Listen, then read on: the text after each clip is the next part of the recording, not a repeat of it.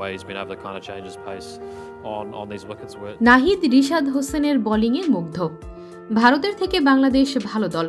বাংলাদেশের বিপক্ষে ম্যাচ জিতে বাংলাদেশকে প্রশংসায় ভাসিয়ে একই বললেন অধিনায়ক মিচেল স্যান্টনার।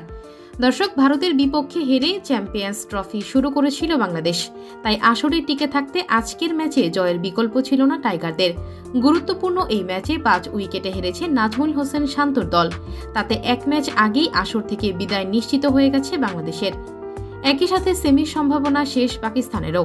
এই গ্রুপ থেকে পরের পর্বের টিকিট নিশ্চিত করেছে ভারত ও নিউজিল্যান্ড। রাওয়ালপিন্ডিতে টসে হেরে আগে ব্যাট করতে নেমে নির্ধারিত 50 ওভারে 9 উইকেট হারিয়ে 236 রান সংগ্রহ করেছে বাংলাদেশ।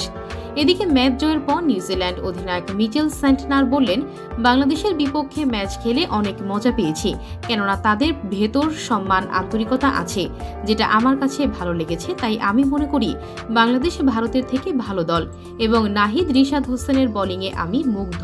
তারা বিশ্বসেরা তারকা হবে।